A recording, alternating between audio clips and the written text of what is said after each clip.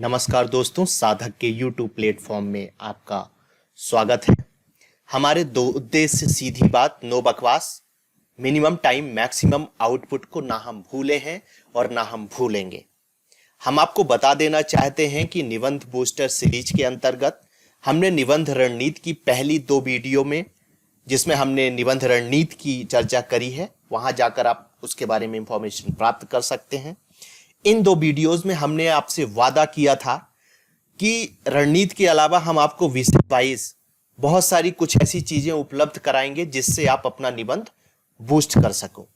उसी वायदों को ध्यान में रखते हुए आज हम शिक्षा से संबंधित बूस्टर चीजें उपलब्ध कराने वाले हैं आपको, ताकि आप शिक्षा से संबंधित किसी भी तरह का विषय, किसी भी तरह का निबंध आपसे पूछा जाए या आंसर राइटिंग में भी आप इन चीजों का बाखूबी इस्तेमाल कर सकें।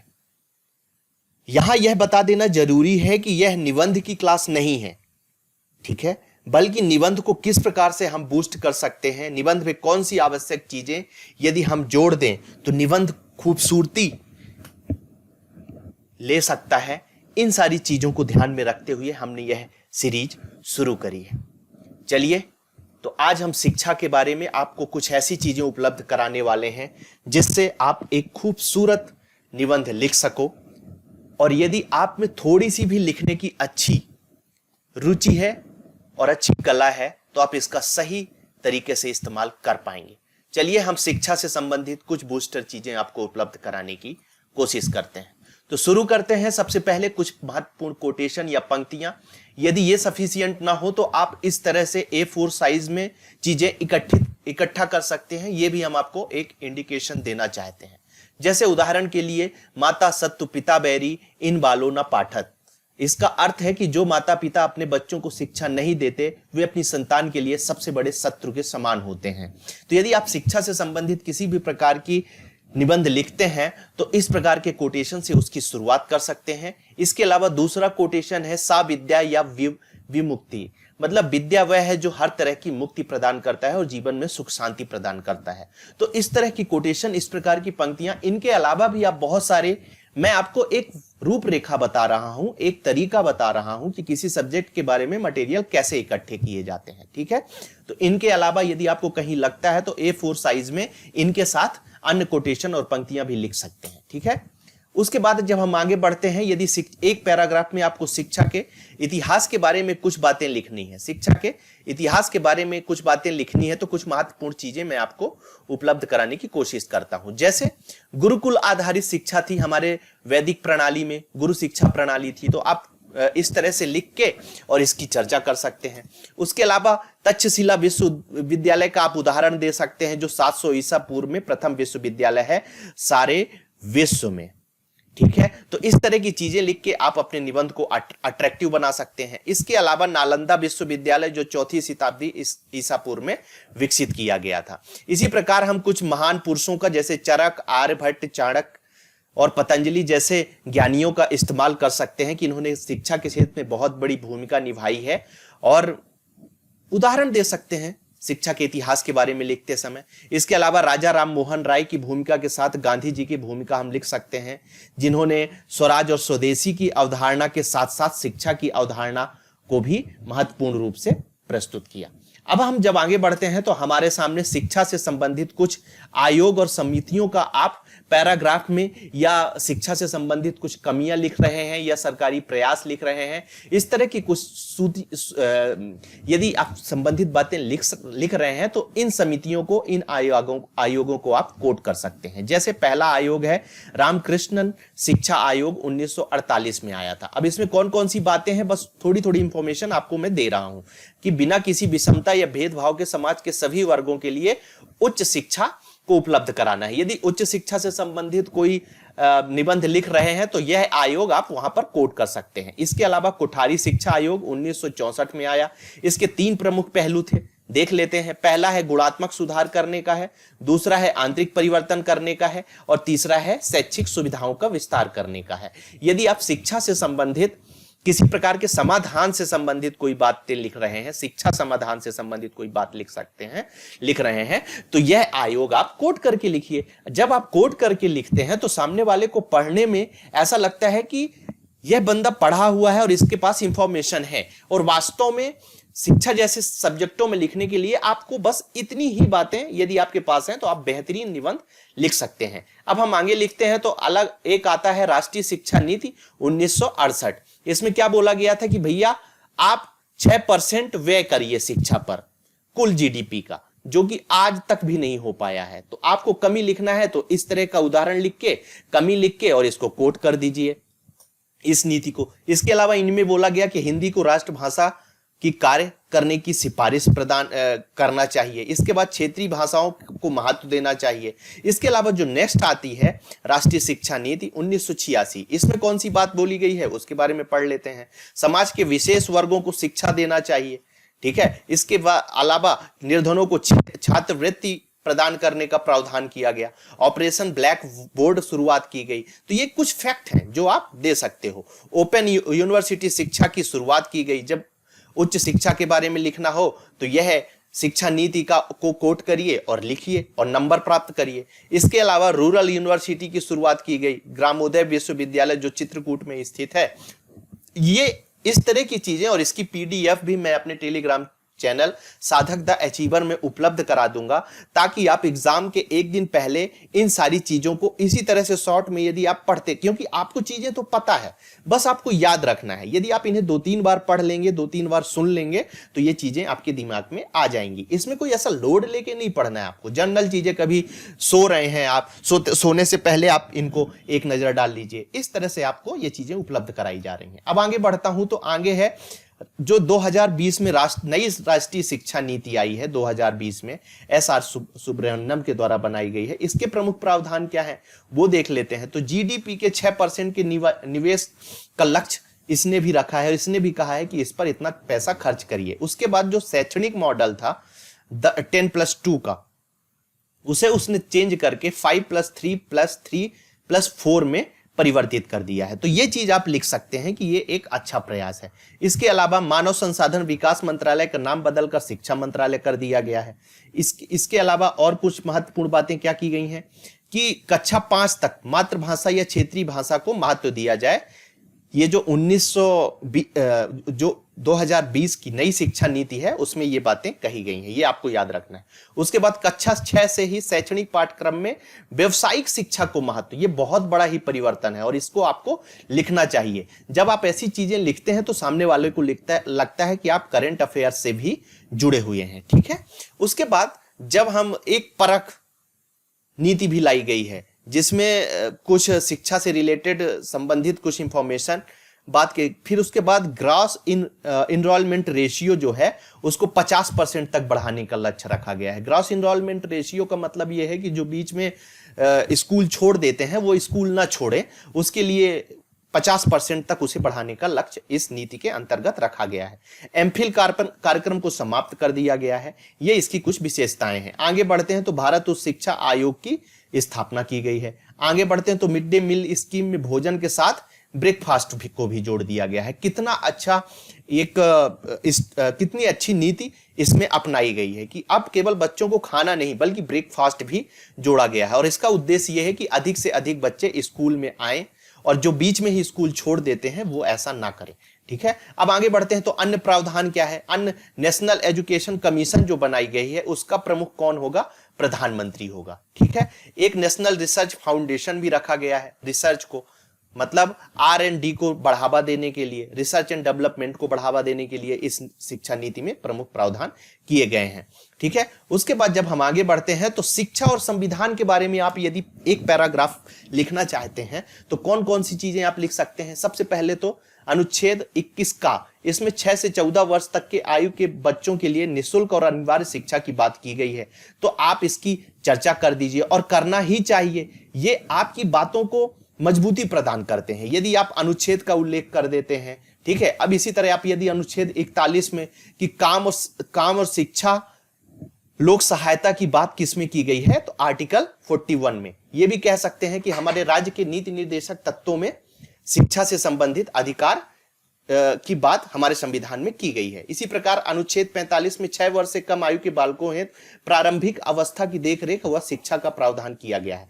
जब हम आगे बढ़ते हैं तो हमारे सामने अनुच्छेद 46 आता है, जिसमें अनुसूचित जाति, जनजाति या अन्य दुर्बल वर्गों को शिक्षा प्रदान करनी चाहिए, ऐसी बात की गई है। अनुच्छेद 51A में कर्तव्य में कहा गया है कि यदि माता पिता शिक्षा नहीं देते हैं तो उनका यह कर्तव्य है कि 6 से लेकर 14 वर्ष तक के बच्चों को वो शिक्षा प्रदान करें। इस प्रकार हम संविधान को कितनी खूबसूरती के साथ इन फैक्टों का इस्तेमाल करके लिख सकते हैं। यदि आप में थोड़ी सी भी लेखन शैली है और इन चीजों को यदि आप अपनी लेखन पेन में या लेखन शैली में इस्तेमाल कर रहे हैं तो आप खुद सोचिए कि कितना अच्छा निबंध आप लिख पाएंगे। इसीलिए मैं ये चीजें आपके निबंध लेखन को बूस्ट करने के लिए प्रदान कर रहा हूं। ठीक है, अब हम आगे बढ़ते हैं तो शिक्षा और कुछ अधिनियम मैं आपको प्रदान कर देता हूं। जैसे शिक्षा का अधिकार अधिनियम 2009, इसमें कुछ महत्वपूर्ण बिंदु है, ज्यादा नहीं देखना है, बस थोड़ा थोड़ा, कि 6 से 14 वर्ष तक के बच्चों को निःशुल्क शिक्षा मौलिक अधिकार माना गया है इसके अंतर्गत। उसके बाद शिक्षकों की संख्या और योग्यता पर विशेष बल दिया गया है। ठीक है, जैसे आप कमियां लिख रहे हैं शिक्षा की, तो इस विषय को आप पॉइंट करिए। आप यदि शिक्षा व्यवस्था में सुधार की कुछ बातें लिख रहे हैं तो इसको उल्लेखित करिए। ठीक है, इसके बाद लिखा गया कि शिक्षा देते समय कोई भी उत्पीड़न या कोई भेदभाव नहीं किया जाना चाहिए। नेक्स्ट पॉइंट है कि विद्यालय प्रबंधन समितियां बनाई जानी चाहिए। सोचिए कितना अच्छा विचार है।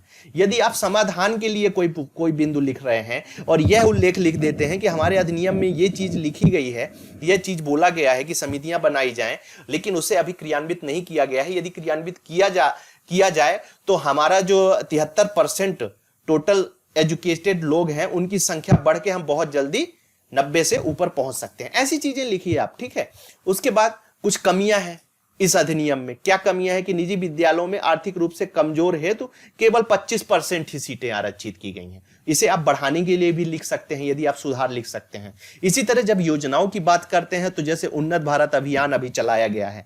ठीक है, तो उन्नत भारत अभियान किससे संबंधित है? तो ग्रामीण भारत में उच्च शिक्षण संस्थान को उपलब्ध कराने से संबंधित है।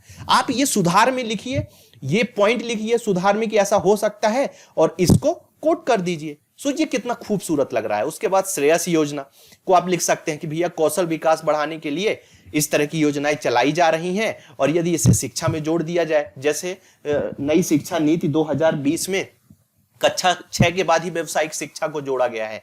जब आप ये लिखिए तो ये दोनों चीजें कोट कर दीजिए।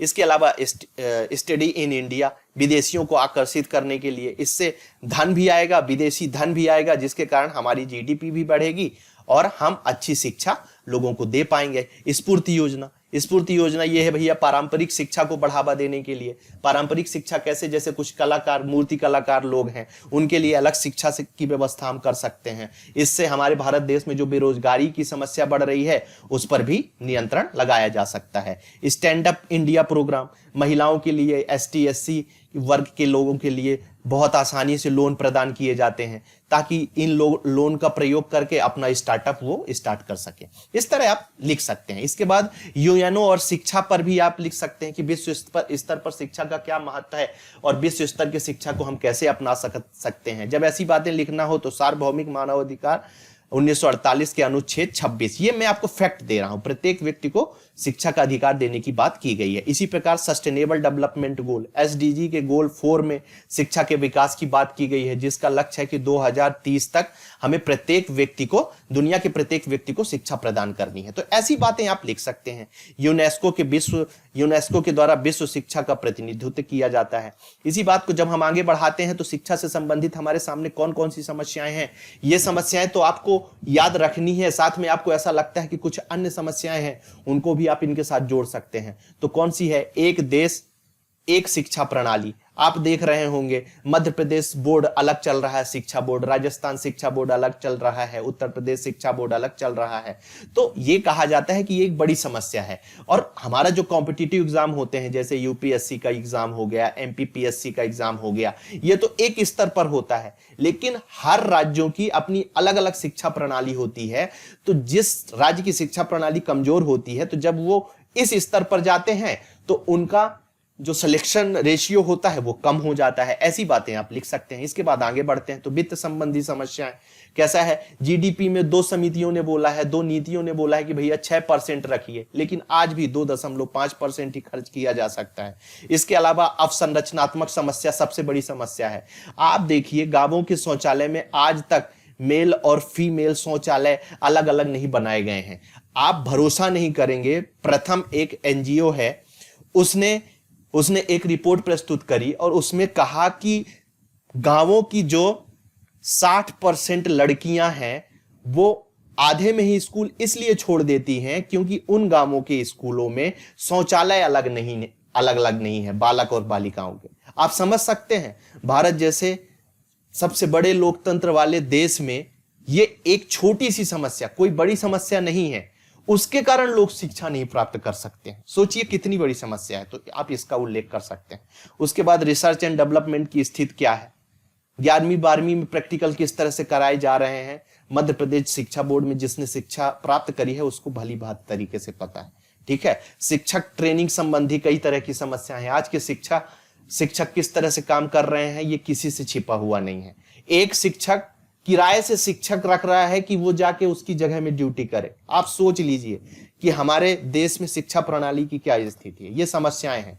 समावेशी शिक्षा का अभाव है। समावेशी शिक्षा का अभाव है कि माता पिता बच्चे को ज्यादा शिक्षा देने की कोशिश कर रहे हैं, वहीं लड़की को शिक्षा नहीं दे रहे हैं। ये सारी समस्याएं हैं, आप चर्चा करते हुए लिख सकते हैं। इसी प्रकार कुछ अन्य ड्रॉप आउट की समस्या। ड्रॉप आउट का सबसे बड़ा कारण मैंने आपको बताया कि प्रथम एनजीओ ने बताया कि भैया टॉयलेट अलग अलग नहीं है, इसलिए लड़कियां स्कूल जाना छोड़ रही हैं।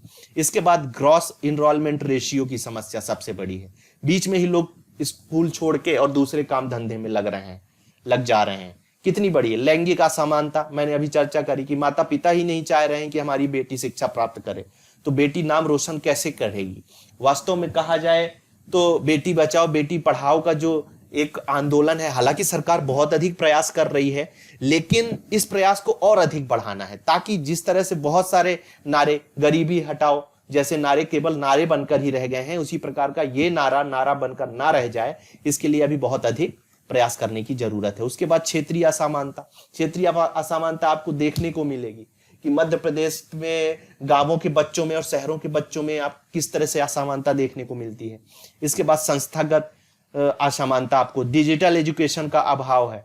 कितने स्मार्ट बोर्ड हैं, और जो स्मार्ट बोर्ड भी हैं, किसी गांव में यदि स्मार्ट बोर्ड भेजा जाता है तो वो सरपंच के घर में रख लिया जाता है। कितनी सारी समस्याएं हैं। शिक्षा का व्यवसायीकरण आपको देखने को मिलता है। आगे बढ़ते हैं तो समाधान के लिए हम कौन कौन सी चीजें, कॉलेजों को स्वायत्तता प्रदान कर दी जाएगी। जब स्वायत्तता प्रदान कर दी जाएगी तो अपना नाम दूसरे कॉलेजों से अच्छा बताने के लिए कई तरह के प्रयास करेंगे, अपना ब्रांड बनाएंगे, अच्छी क्वालिटी की एजुकेशन प्रदान करेंगे। उसके अलावा नियामक प्रणाली सुधार किया जा सकता है, पाठ्यक्रम शिक्षण घंटों में सुधार किया जा सकता है, व्यवसाय और उत्तम व्यवसाय से संबंधित उन्मुख शिक्षा प्रदान कर सकती है, रिसर्च एंड डेवलपमेंट को महत्व दिया जा सकता है, शिक्षा के अधिकार अधिनियम में जो आवश्यक संशोधन किए गए हैं उन संशोधनों को बढ़ाया जा सकता है, अच्छे से क्रियान्वित कराया जा सकता है, राष्ट्रीय कौशल योग्यता फ्रेमवर्क जो बनाया गया है उसको जमीन पर कैसे उतारा जा सकता है उस पर विचार किया जा सकता है, शिक्षा पर खर्च जो करना है, जैसे कोठारी आयोग ने भी बोला है कि 6% और हमारी नई शिक्षा नीति 2020 ने भी बोला है कि कुल जीडीपी का 6% शिक्षा पर खर्च होना चाहिए। इस पर भी विचार करना किया जा सकता है। उन्नत तकनीकी का प्रयोग किया जा सकता है, हर सरकारी स्कूलों में डिजिटल बोर्ड प्रदान किया जा सकता है। इसका सबसे अच्छा उदाहरण दिल्ली के स्कूलों में दिल्ली सरकार ने किस तरह से डिजिटल बोर्डों का, डिजिटल प्लेटफॉर्म का इस्तेमाल करके स्टूडेंट्स को शिक्षा प्रदान करता है। तो यहाँ पर दिल्ली की जो स्कूलें हैं वो भी एक उदाहरण हो सकती है। और ऑटोमेशन, एआई, आर्टिफिशियल इंटेलिजेंस का शिक्षा में प्रयोग हम कर सकते हैं। उसके बाद सरकारी प्रयास अब तक क्या किए गए हैं, तो सर्व शिक्षा अभियान 2000 चलाया गया है। उसके अलावा शिक्षा गारंटी योजना, 1 किलोमीटर क्षेत्र के अंतर्गत भैया स्कूल स्थापित होनी चाहिए। इसके बाद ये लक्ष्य रखा गया है कि 6 से 14 तक के बच्चों को अनौपचारिक शिक्षा प्रदान करने की शुरुआत की गई है। मिड डे मील की शुरुआत की गई 1995 में, ताकि पोषण के साथ साथ मैक्सिमम बच्चों को हम स्कूल की ओर आकर्षित कर सकें। शिक्षा का अधिकार नीति जिसकी चर्चा हम कर चुके हैं 2009 में लाई गई। स्कूल चले हम में लाई गई है। तो इस प्रकार इन सरकारी प्रयासों का आप इस्तेमाल करके ऐसे लिख सकते हैं कि ये प्रयास किए गए हैं, लेकिन इस तरह के प्रयास करने की आवश्यकता है। इसी प्रकार स्कूल शिक्षा गुणवत्ता सूचकांक नीति आयोग के द्वारा लाया गया है। इसमें ये स्कूलों को सूचकांक प्रदान करता है, प्रथम स्थान, द्वितीय स्थान की कौन सा शिक्षा किस तरह कौन सा स्कूल किस प्रकार का परफॉर्मेंस कर रहा है। अब हम आगे बढ़ते हैं तो शिक्षा से संबंधित कुछ अन्य मुद्दे देख लेते हैं, जैसे ऑनलाइन शिक्षा।